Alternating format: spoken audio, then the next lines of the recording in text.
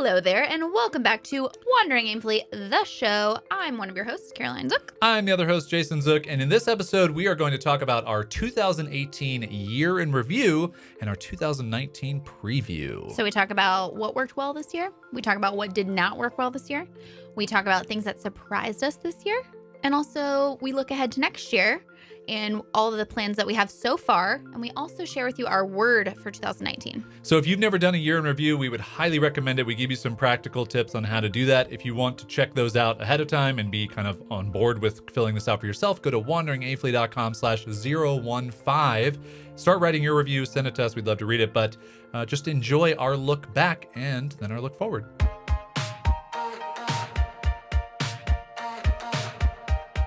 Hey there, we're Jason and Caroline Zook, a husband and wife team who believes life is just one big experiment.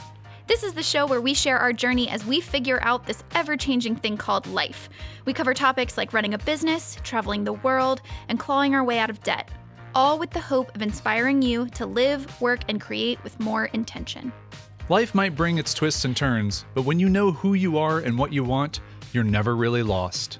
Welcome to Wandering Aimfully, the show. Welcome, ladies and germs. Where did that phrase come from? I don't know, but we use it a lot. Ladies and germs. It is time for our 2018 year in review episode. Very excited. I'm libating. Are you libating? I am. It looks like I'm drinking coffee, but it's wine, which I feel like, do you think sometimes celebrities on talk shows? Oh, I know yeah. It's water, but do you Yeah. think sometimes they're like, Whiskey, 100%. although, Stephen Colbert lately has been doing a lot of like, well, have a drink with me. Yeah, cool. I'm into that. All right. So the intention of this episode for you folks listening at home or at work or in the car or watching on YouTube, hello. Or watching. Oh, wow. This is the Watch Pod where we record. That's why Caroline said that. We want to, and we've done this since 2015, actually. You look nice. Thank you. I dressed up. Although I am wearing sweatpants below all of this nicely dressed attire. Yes, you are. 100%. Business up top, cash down low. I'm like a human mullet. You are a human mullet. Thank you. So it's to go over these different categories, which we've done each year. What went well? Yes. What went to shit? What surprised us? Uh-huh.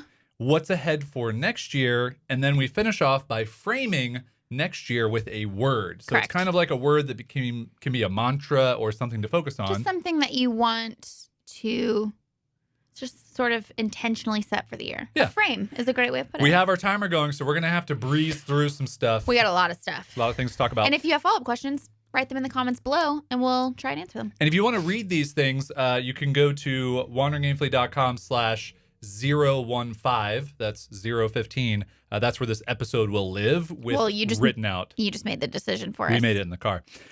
I wrote this in one of the State of the Union is what we used to call these year in reviews. And the reason why I decided to start writing these was to look back on where we've been so that it can help us more clearly see where we want to go. And I think it's just a really important part of owning your own business, even if you don't own your own business, but you're aspiring to start a side hustle or whatever, is that you have to look back and review how things have gone and then figure out what to do moving forward based on what you've done. Or if you're just a person who wants to grow and evolve and, design a life that you love, it requires kind of looking back and doing some self-reflection and saying, how did that go? What did I feel? What did I like? What didn't I like? What do I want to do more of? What do I want to do less of? And so those are all the questions we ask ourselves. There's also just an interesting thing about the human brain where, and there's no science that I have to back this up, but I think we all can all agree. But you know that you love to do pretend science a lot. But like memories are things that are adjusted over time. So you can think like, Yes. oh, the beginning of 2018 wasn't that bad. And Yeah. then you look back and you're like, oh no, it was bad. But because I don't think about it and proactively go through it, you kind of dust it under the rug or whatever. I really do think our brains and our like seasons of our lives kind of are in these like 3 to 4 month kind of increments where we adjust to whatever the new normal is 4 months later and we forget what it was like 4 months before.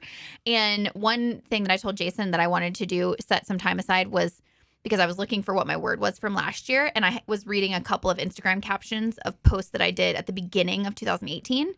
And it was so interesting to get this like look into my psyche of who I was and what I was doing a year ago and what I was feeling. And so that's another thing that I think is a great thing to take time to, is just kind of like go back and read your captions and say like, who was I?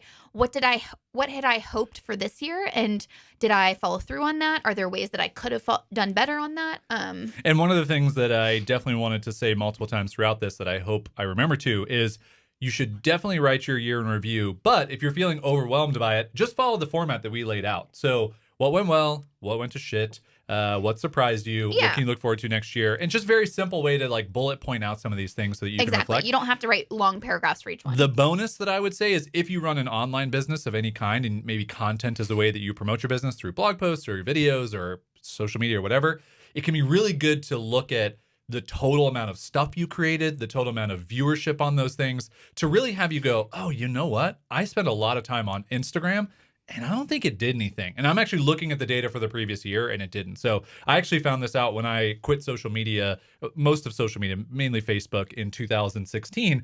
I was really afraid of what that would look like. And then I compared the data of 2016 when I quit and 2015 when I was on it. And I got more website traffic, I made more money, and I had more time and was happier. Yeah. So the data I could actually see. So anyway, all of those things being said. I have one more thing. You better hurry up. I know. If you do, I was looking back at my email from last year as well. And one way that I formatted it is in all the categories that you said, but I separated those into subcategories of life, business, and creativity. Right. So that's another way that you can break it down, is pick 3 kind of areas of your life or values that you have, and then what went well in those 3 areas, what didn't go well in those 3 areas, so on. All right. So let's start with what went well in 2018. And the first thing to talk about is Wandering Aimfully. I think that will be of no shock to anybody. I think we would both agree that this went well because it happened. It was we did it. Huge shift. It was a large undertaking in the amount of work that it took. And I think for all intents and purposes, we have a great community. We have a really supportive group of people. We have not figured out the business model part of it, which we will get to in this review. To a degree, we have. Like, we're not making no money. Yeah, for sure. But I'm just saying, as far as if you zoom out the lens a little bit, it's easy to get in the weeds when something isn't going perfect with a business. But I think overall, we would really say that this went well. Absolutely. And one thing that I told you as well, and this goes back to the new normal thing where you adjust, is how many years now have we said, we want to streamline all of our products. We want to wrangle things in. We want to adopt the essentialism mindset and not be promoting, 12 million different things, which is definitely how it's felt the last couple of years.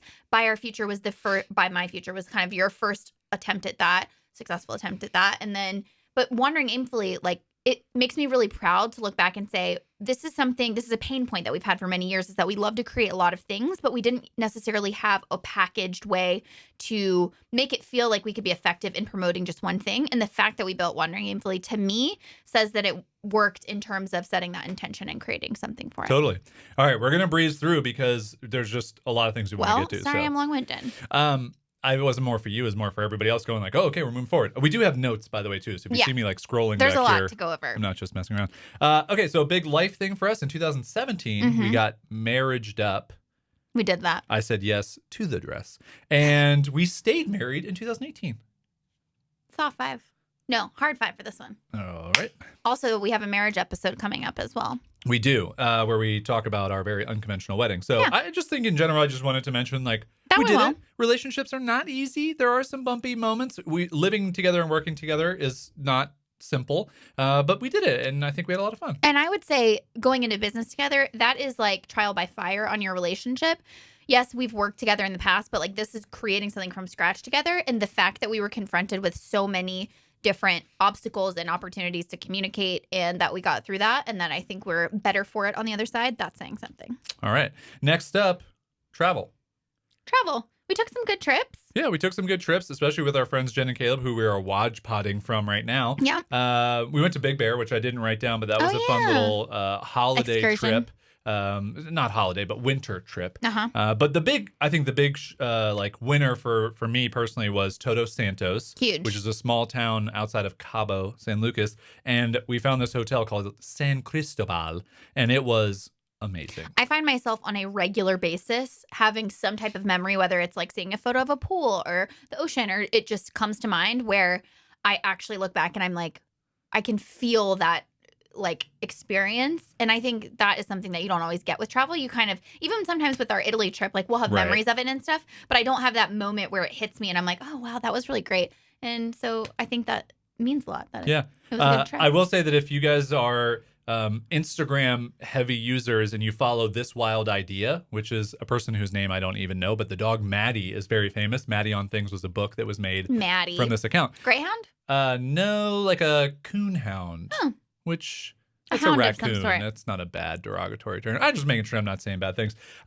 Anyway, they actually went there, and there's a photo of Maddie in the pink inner tubes. So if you saw this on their Instagram, that's actually the hotel that we stayed at.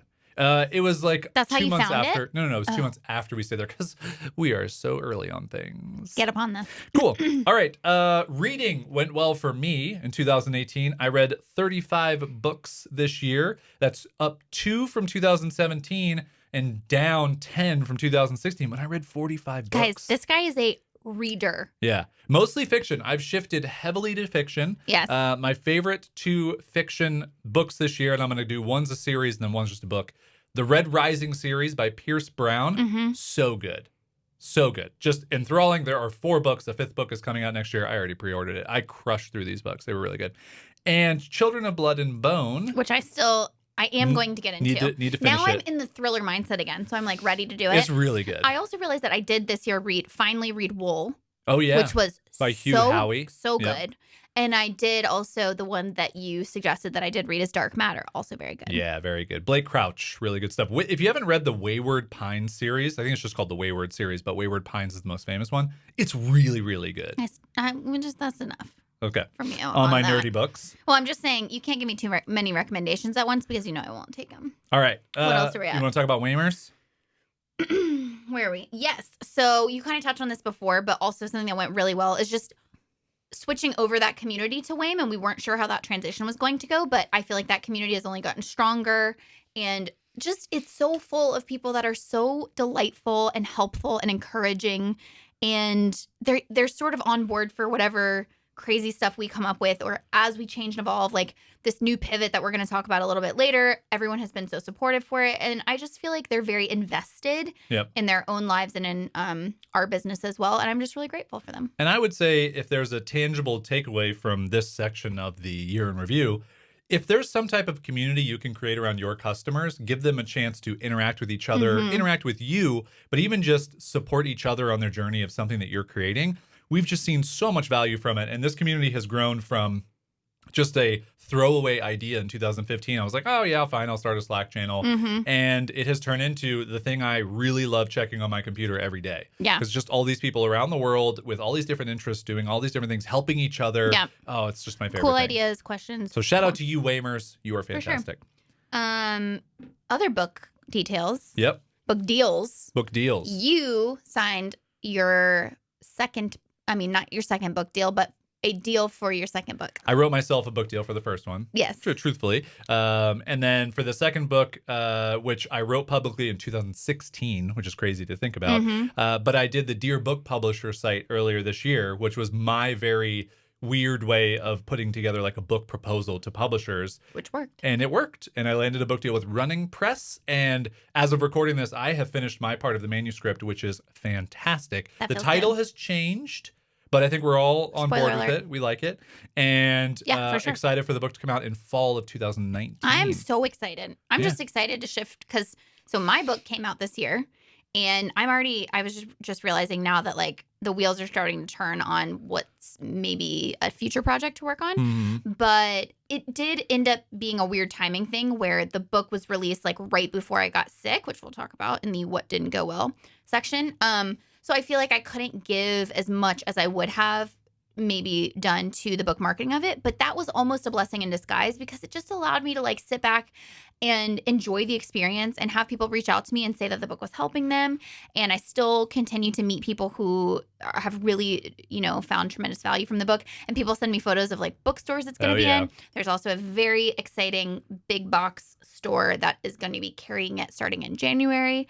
So that's just, that's sort of an inconsequential thing, but it's TJ Maxx. I have to tell them it's TJ Maxx. If it finds itself to TJ Maxx, I'll be very happy. That'd be funny. Do they have books there? I imagine they don't. I've never been in like one. Marshalls, Home Goods, they all carry like gifts and stuff. I was going to say one thing from my side of the field looking at your book that I was really excited about was just everybody being able to see how good you are at frameworks and all these different metaphors for big, important ideas and then being able to like actionably do them in the book. Like, it's just so cool to be able to see that and have it exist. That's really sweet of you. And I think one thing too that I didn't fully, speaking on that point, because thank you, that I didn't really fully appreciate is the fact that the concept for the book and the fact that it includes my art, my writing, these creative exercises, and journal prompts.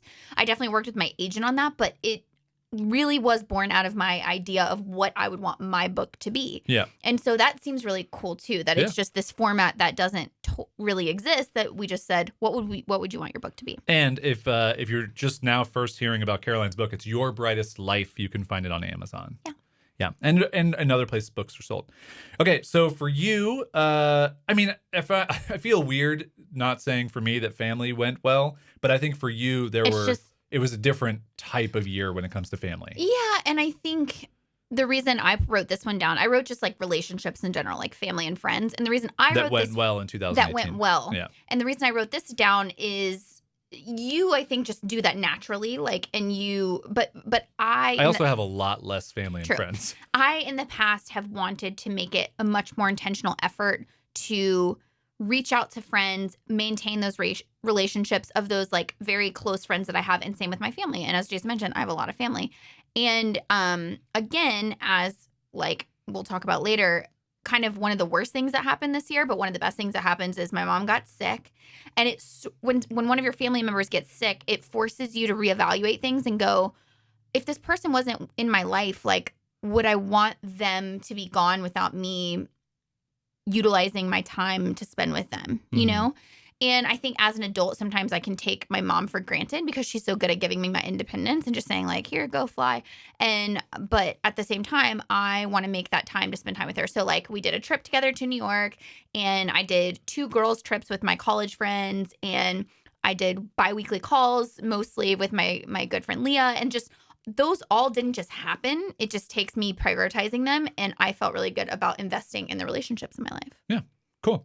And then last thing here in our What Went Well for 2018, wrapping up What Went Well section, is mental health. Yeah. So I pretty much have been going to therapy the entire year, starting in February. And basically every 2 weeks.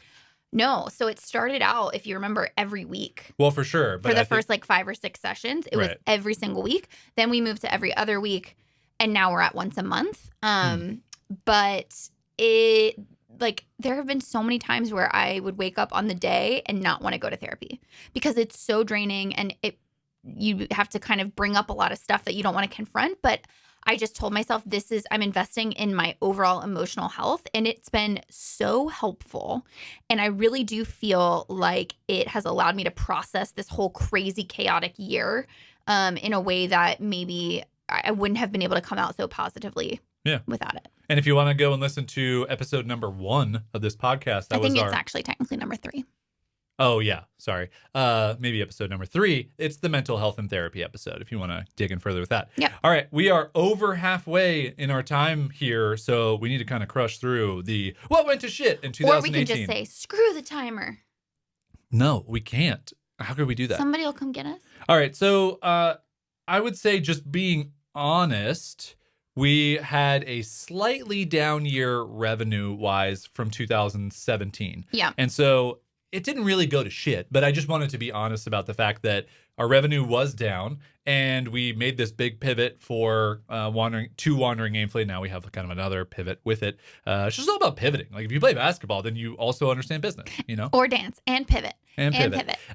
So it down, but not like catastrophically down. Like, we still lived great lives. We still got to do all the things that we wanted to do. So we had very lofty savings goals, yes. and we only reached about a third of that. But the fact that's probably the place where we took the biggest hit was the savings goals. I know, but when you think about it, the fact that we were even able to save as much as we saved this year, I know some of that's going to go to taxes next year, but like $38. That's still totally pretty incredible. Yeah. Also, I think that's to be expected. If you're going to take a big leap and you're going to do something completely differently, it's to be expected that your revenue is going to take a little bit a while for you to figure it out. Yeah. All right. Next up, Will you tell me if my lipstick gets crazy? Is it No, fine? I actually won't. It's fine. It's 100% fine. Life stresses. All right, you guys. Here's the truth. This year was probably the hardest year of my adult life, of our adult lives, when it comes to like curveballs. right? Mm. So 2 days after Christmas, last year, 2018, my mom got diagnosed with breast cancer. She's okay now.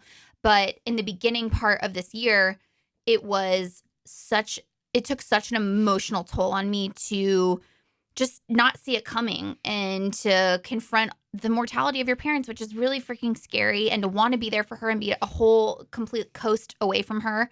And I flew home to be with her during her surgery. And that was really hard because I didn't know like how to do it right. I don't know how to explain that, but like it just was really hard on me. It's also really hard seeing your rock in your life basically in pain. And she had a really, really hard recovery, lots of complications. So anyway, that was just a really tough emotional time.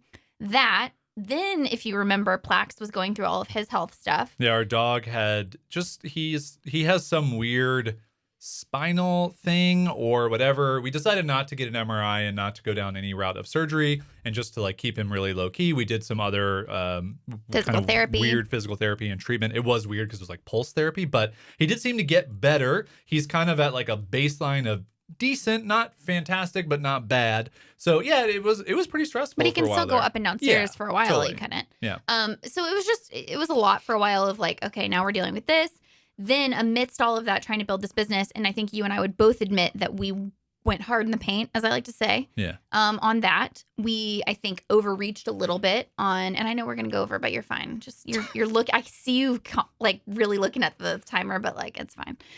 And so there was that. And then, of course, all of that compounded on itself. Then I get shingles in September, and I'm out for basically 2 months. And then you had some pretty rough anxiety after you then recovered I had from anxiety after that. You're right. It was a shitty year. It was a shitty year, like with life. And we talked about this today on our walk, because we do a walk with Plaxico every evening. And we just basically, like, my point was, as shitty as it was, we still lived a really good life. Totally. And I think there's something. And you're like fully recovered now from all the things. And I feel like myself again. And that's the amazing part of that. I think also there's something like almost not comforting, but when you go through a year that's not what you had hoped and you really get sidetracked and you go through a lot of hard stuff, you also kind of see what you're made of, and you realize, oh, like I can show up on the other side of this and I can learn a lot. And it forces you to learn a lot about yourself, which it did for me. And that's always a positive in my book. Like there were more layers that I had to uncover about myself, and I did that inner work. And also anything like next year, anything is going to be better than like this year. I mean, don't say that. It could, could be a lot worse. Well, if it is worse, then I'm equipped to handle it now, and I know what I'm made of. Very true. Okay, do you want to talk about creativity? Yes. Also for me, a big thing was not making enough time for my creativity this year. I think, granted, given all the life circumstances, that's kind of understandable. But I kind of feel like if I had made it more of a priority, it would have done me a world of good. Yeah, and I told you that I think it's just without having a direct amount of creativity that you can measure. Like you have your abstract affirmations project from 2016, like which is very measurable. Right. 2017, I think you had your book, you had a bunch of other things. Like there was a lot that you could easily see. 2018 was a little bit more nebulous on that. So it's probably just much harder. But I think just from watching you, like you still created a lot of art, like way more than normal people create. For sure. And I wanted to give myself that flexibility so I didn't feel the pressure of it. But as I'm feeling myself again, I'm realizing that I just get such tremendous joy and value out of taking time for my creativity. And also it's my way of like processing my reality, and it's my way of reflecting, and it's almost my way of journaling, and sharing that with other people makes it feel purposeful. And so I want to do that a lot more next year.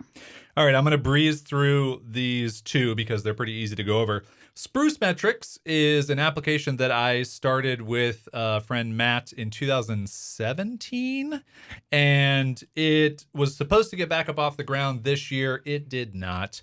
And honestly, I just feel like it's one of those things that it just does. I don't have time for it, and I don't have the resources to make it what I want to make it. And something has to give, and so Spruce has to give. So we tried it, and maybe it'll come back around, maybe it won't. But for now, it went shit. Okay. Teachery, I put Teachery in the what didn't go well in 2018, mostly because we didn't hit the goals that we wanted to hit growth-wise. But then I also reflected on what did we do to hit those goals? And it wasn't out of lack of intention of doing the work. It's that I just don't want to play the content marketing game with Teachery. I don't want to play the make a bunch of blog posts, have a podcast, do a whole bunch of stuff, do some webinars, do all these like other things. I don't want to do it. So if growth is going to come much slower and more naturally, as it has since 2013, then that's fine. Because you are growing. It's just very slow. And one thing we are doing, and really doubling the growth was a completely arbitrary thing. Like it had nothing to do with anything. But one thing we are trying is our Facebook ads. So we are investing in doing some Facebook ads to drive people to Tea Tree and then to remarket to them just to see how it works, to see if there's anything. Yeah, to see how it goes. So I'll report back on that stuff as we have more data. We just started in November as of recording this. So great. All right, so that one more category in the what didn't go well, and I just threw this in there because we both mentioned it for years. We've both talked about making like fun little tools for people to use, like small software applications, or just like little like apps on a website that you can like plug a bunch of things into and like get a result of some sort out. We haven't made any of those in 2 years, and we've kept saying it. So maybe 2019 will be the year that we do that. We should probably get some steady income first. I feel like we're moving to surprise, but we're also going to have a timer very soon. You feel it? All right, the timer went off, but I had to reset the camera, so you didn't actually hear it beep. But it beeped, and we are going to try and get through. We only have 2 more sections here. Whoa! Sorry. Actually, we have 3 more sections. Sorry. All right, what surprised us in 2018? This one should actually go fairly quickly, I hope. For me...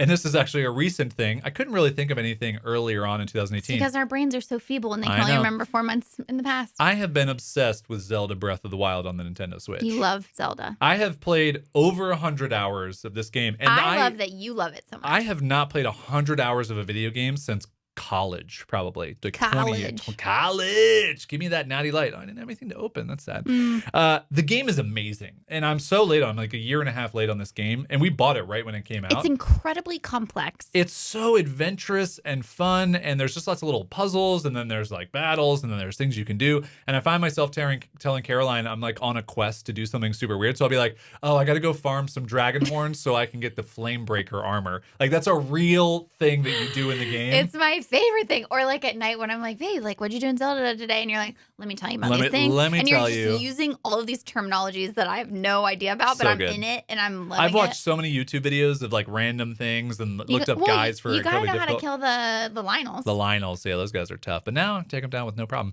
Shout out to Pam, who's a Waymer who listens to our shows. She and I exchanged a few tweets.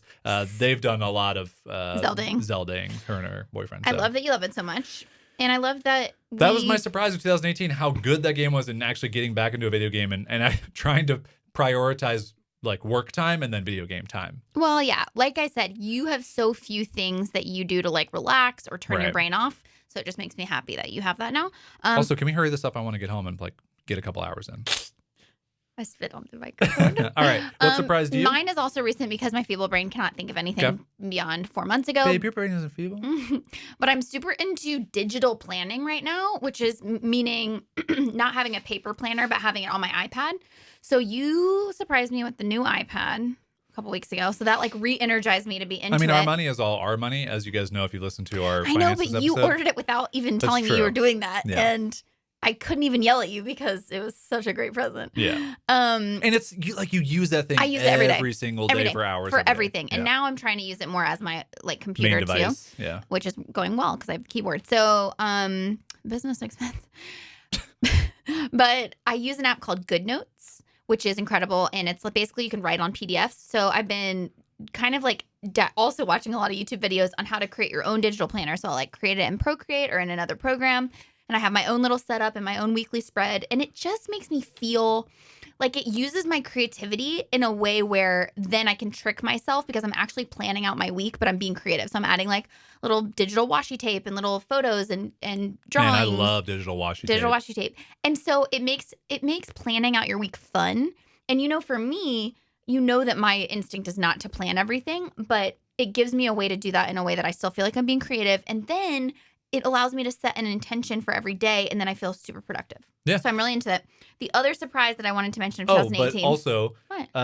You're going to turn this into a side project. I'm but like a tiny side project. A tiny side project. So I kind of had this idea of what if I created this little side business only on the weekends. I can only work on it on the weekends. Yep. And it's selling digital planners, which are a very low price point. So, and how much money could I make a month? So if I make a $500 extra a month, that to me is something worth sharing to people who could use $500 extra a month and say, how long do you think it'll take you to get to $500 a month? Out of I curiosity. have no idea. 6 months? Because I'm doing a pay what you want model. Right. But do you think No 6 idea. months? Yeah. Okay, cool. I'm just curious. Like I've been watching and you told me about this idea, and I think it's fun because it's an example of life is an experiment. It's something that we preach. It's also something where it's a really good example of kind of this pivot that we're making with Wandering Aimfully and a program that we're building that we're going to talk about in a second, that you don't have to replace your full-time income with a side project. It can just bring $500 extra a month, and that truly is some passive income, airplane quotes, that you don't have to really think about or spend time on. I think it's also an example of when you're super into something and you're really passionate about it and you find yourself losing time by doing it. Not to say that you have to monetize every hobby that you have, because you totally don't, but it's just showing people that, is there a way that you can go, I'm already spending time on creating these digital planners. All it would take is for me packaging it up for another person. Yeah. And like I said, I want to experiment with this pay what you want model where I'm not like trying to price it out, or I'm not being aggressive in the business aspect of it to see if it can grow organically. Yeah. Cool. And then your other one was Enneagram. Which we're going to do a full episode on once. You're literally waiting for one song to come out, aren't you? Yeah. Yeah. And I want you to listen to it, and you have to listen to the podcast episode When is the associated Sound with of it. Music Enneagram number 8 coming out? I don't know. What is this? What's the band? The Sleeping at Last. Sleeping at Last, not Sound of Music. It's not a band. It's a guy, and he's a poet. He's amazing, and he's super talented. Super talented, Yeah. writes songs, and he's doing an entire Enneagram series where he writes songs for each number, every type in the Enneagram. If you haven't done any research, it's fascinating. My friend Jen introduced me to it. I don't know WatchPod. I don't know why I fought it for so long, but it's Because you kind just of like don't a different type of personality test, but I think it cuts through to like the core. You just don't like self-help stuff. That's the I true core of hate it. self-help. Ugh. Babe, that was a funny joke. Give Thank me you. a soft vibe. Okay. All right. What's ahead in 2019? Wame shift, go. We are, and as of recording this, we are very much in the weeds of doing this. We The thick of are it. building a cornerstone program to promote the Wayne membership. And A Veronica Corningstone program. that's exactly what it is. The idea is that we want to create this academy. You're just really going for it, huh? You all right? There was like a little bit left. And it's a big mug. What do you guys think is in here? You just had to like take it to the Did face. I say what was in here? I think so. I don't know. Anyway, so we're building this core program for Wandering Aimfully because one thing we realized is that Wandering Aimfully as a membership is way too general. Nebulous. And it doesn't solve a specific problem that's easy to explain. It can solve a lot of different problems. We thought that's what was cool about it, and it Yep. still is cool about it. But it turns out if somebody wants to invest money every month in it, they want to know the exact outcome. Yep. And that we also Which we get. we want to have something where people can go, yes, this is for me because I see a clear path through this thing. So we are creating something called Build Without Burnout Academy. Mhm. The idea is how to go from a client-based business, so being a designer, a developer, a writer, an author, a musician, whatever, and to turn whatever it is that you are currently doing into a digital product that can offset or replace your client income. And the whole idea is to do this without burnout. It's a 6-month plan. So it's Slow not and going to be, steady. you do it overnight, you make 6 figs in 2 months or whatever bullshit stuff people are already selling. It's, you're not going to burn out. You're going to have a very actionable way of creating this because this is what we've done. And we know this really well. And that's the other thing is we wanted to get back to what we did and how we did it and to be able to share that and what we really helped other Wandering Aimfully members do just through our other products. Totally. So we're very excited about this. We're starting to work on it. We've been working on it, but we're really going to hunker down kind of next week. And we're really excited to put that out into the world in January. And we're going to accept our first group of members for the Academy. Yeah. And then I think the big thing is also going, hey, 4 months after that, after January, we need to reevaluate and see, is it working, is it not? And just know that we're going to constantly need to figure this out and experiment. And that's the whole name of the game with business, guys. Like, Yep. It's a puzzle and you have to constantly tweak and you have to constantly take action and then sit back, wait for the reaction, and then kind of adjust from there. So we get that. Yep. All right. Also ahead in 2019 is more content. More content. Yeah. So we're doing, this was always the intention. If you followed along during our WUBWAME process, watching us build Wandering Aimfully, we loved that process of just sharing a ton of content. I got sick and then something had to give, and that was the content. So rude of you. It's very rude. It really created a ripple in our matrix. But I think also with the WebWave content, we realized that quantity is not always better. And so we're kind of that kind of taught us like, here's our max capacity and probably like over our max capacity. So now we're kind of swinging the pendulum back and saying, okay, let's tailor that down. We can still create really quality content, do it a little bit more frequently, and do it a lot more intentionally. So you're going to see a little bit more interesting content on the YouTube channel and really a focus on video and sharing it on social media and making that a priority. Yeah. All right.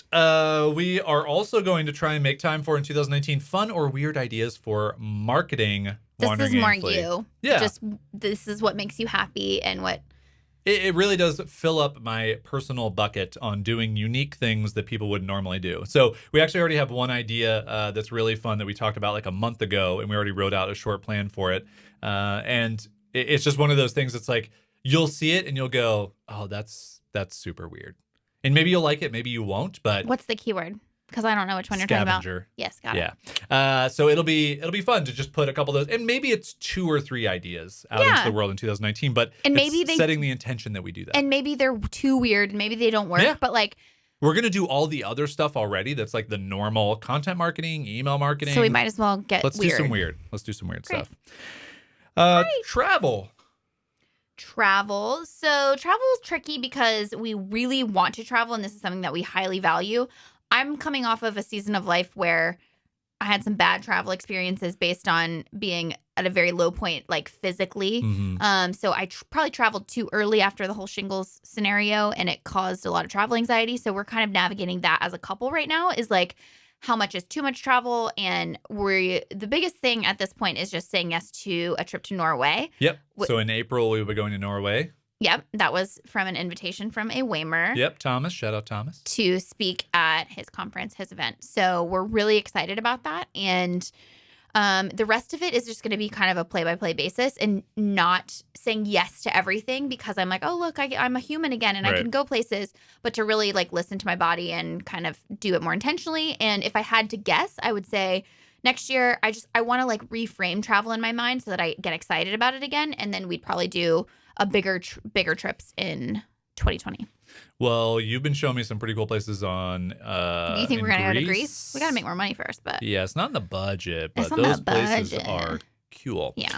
All right, so travel 2019, just kind of setting the intention for that. Yep. And then our relationship. Yes. So I just think we really want to focus on in 2019. And maybe if you're in a relationship as well, it's good to look back at how was the relationship this past year? Like, did I spend time with my significant other? Did I actually work on our relationship? Too much time. Did we get better at things? Did we get worse at things?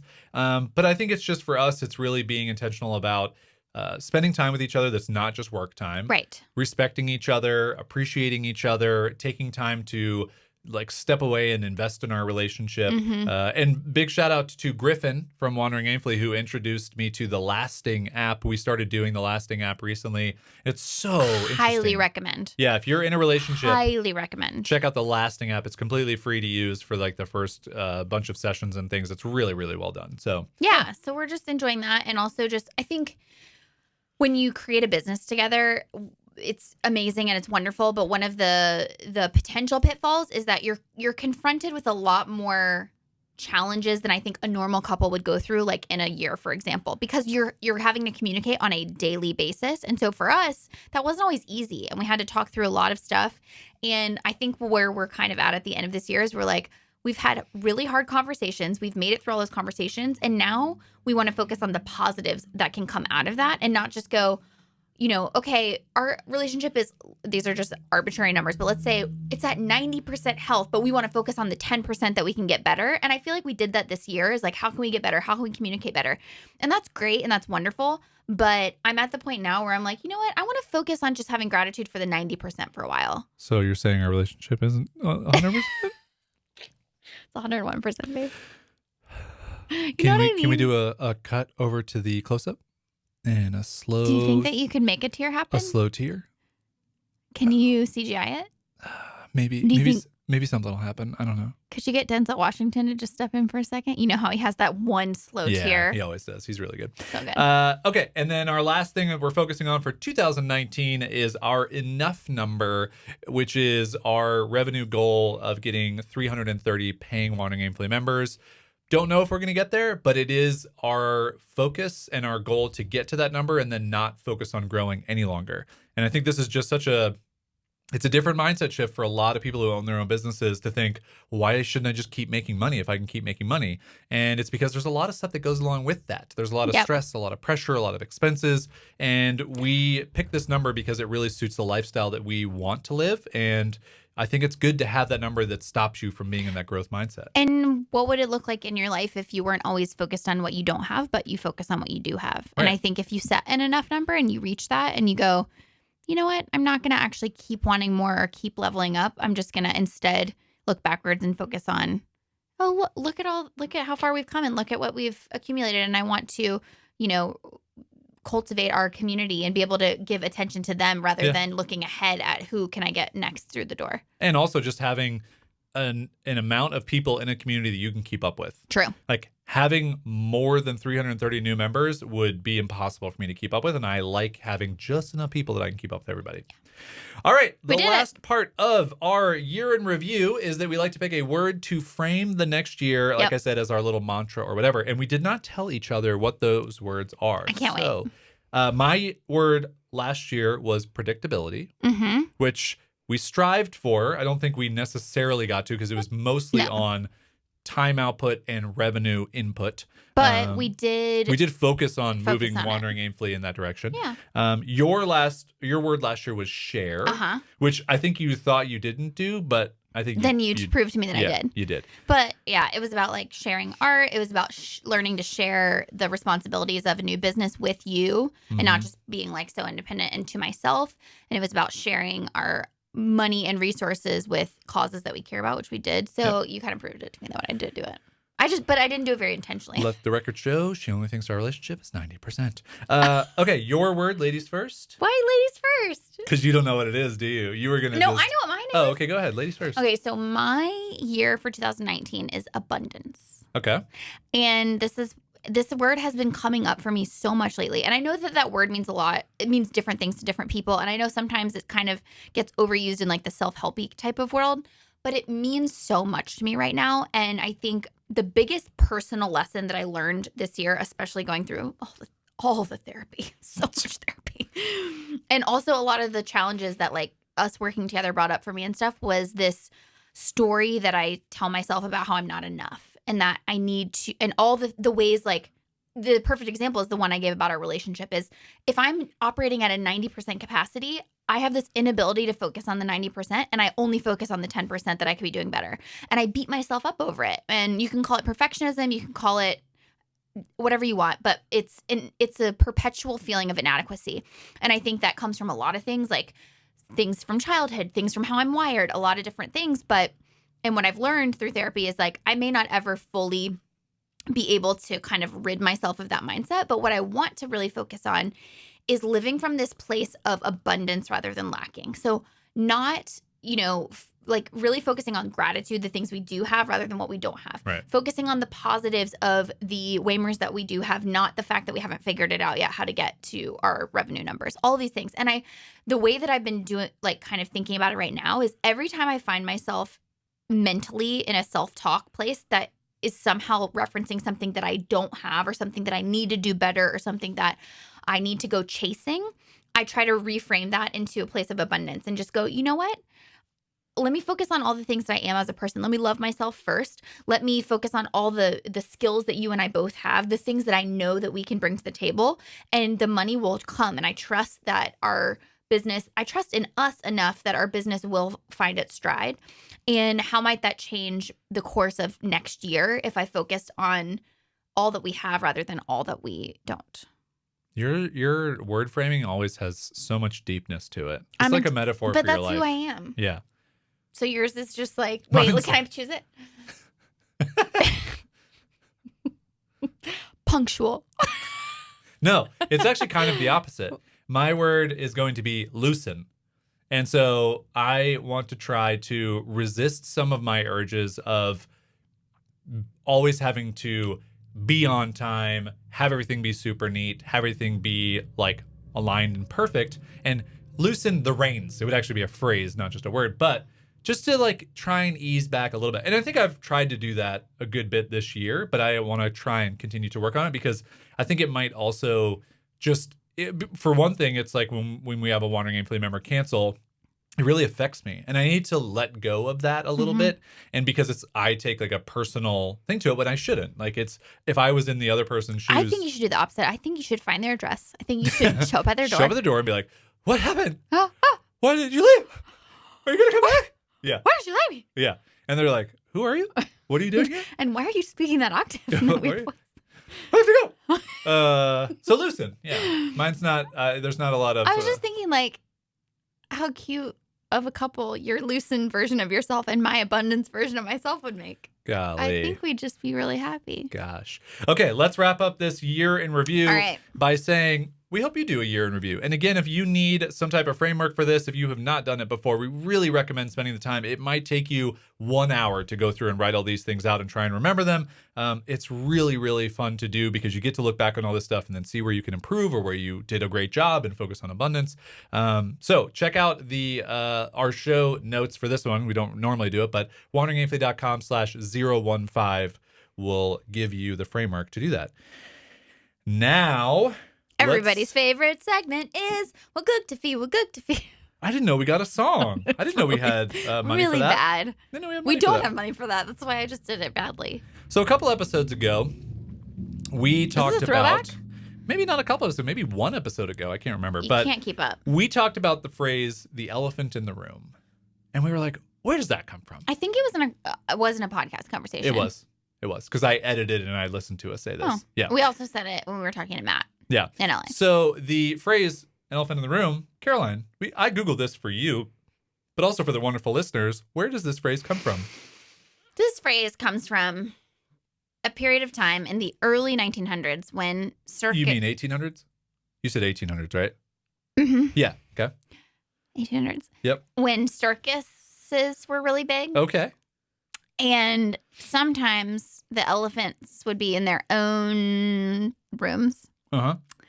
And the circus trainers would say, look at this elephant room. They're just saying that? The circus They trainers? would say, look at this elephant. look at this elephant in the Wait, room. here. Elephant. Yeah. Uh-huh. That's what they would say. And they would say, look at this elephant in the room. Look at this elephant in the room. They would say, look at this elephant in the room. Right. And then the guy would say, I know. What? Obviously, I know there's an elephant in the room. And that's where the phrase came from. Wow. But the rooms were too small for the elephants. Right. And Cruelty so they to would animals. take out the whole room. Cruelty to animals. And they'd be like, get this elephant out of this room. So in 1814, The a 1800s. circus trainer, no. Oh, I hate how you just tricked me. A poet, and I know this is pronounced fabulist, but it's written as fabulous. And I'm like, oh, he's just a fabulous person? So Ivan I think it's Krylov. Babe, I think it's the word fabulous. Ivan Krylov wrote a fable. Why he's a fabulist. Entitled, in 1814, The Inquisitive Man, which tells of a man who goes to a museum and notices all sorts of tiny things, but fails to notice an elephant in the museum. Oh. The phrase became proverbial after that. Fyodor Dostoevsky, in his novel Demons, wrote, Belinsky was just like Krylov's inquisitive man who didn't notice the elephant in the museum. And the Oxford Dictionary gives the first recorded use of the phrase as a simile in 1959. But 1814 is the first written record of elephant in the room. Babe, that's a great one. I thought it was really fun when I read it. I was like, first of all, fabulous. That's a great new word. That should be, yeah. Yeah. So if you didn't know that was a thing. We Googled that for you, and we hope that you take that to a friend of yours and you tell them about it. And you also use the word fabulous. Fabulous going forward. And maybe your word for your year of 2019 is fabulous. Like, I'm just going to be fabulous. I'm just going to write a fable every day. Yeah. And be fabulous. All right. We hope you enjoyed listening to our year in review of 2018 and our preview of 2019. And we hope you had a great 2018. And we're looking forward to 2019 with you as well. We have no plans to stop the show, so we'll be here. We'll be here putting out episodes and showing up in your podcast app or on your YouTube feed or in your Instagrams or on your Twitters or wherever else you consume this show. But we thank you for listening, tuning in, commenting, and anything else. And if you do create a review, last thing, send it to us. We'd love to read it. We love reading these reviews. They're so much fun. So send it over if you do create one. And thanks for listening.